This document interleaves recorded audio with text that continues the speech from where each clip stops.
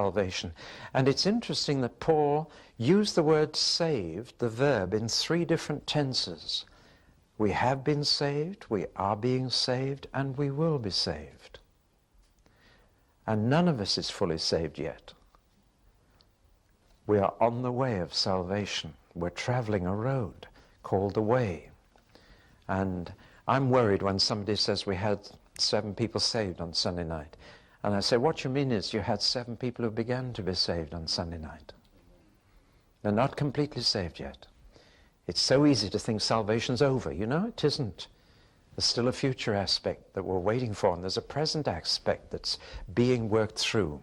I think at that point I'm going to look at this and see it a little more fully here. I'm not quite sure how I got this as well as that, but it's my fault, not the person who wrote these.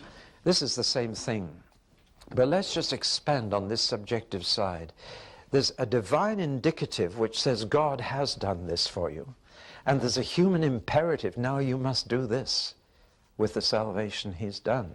He's given you, work it out, for he's worked it in. The indicative is God has worked it in. But the imperative is now you must work it out. But let's just run through this. Justification, sanctification, and glorification together make up salvation. And so we're only partly saved now. And this phrase, once saved, well, once saved, we can say when we've got to the end of the process.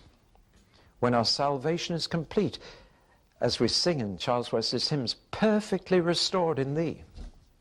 That's when your salvation is complete.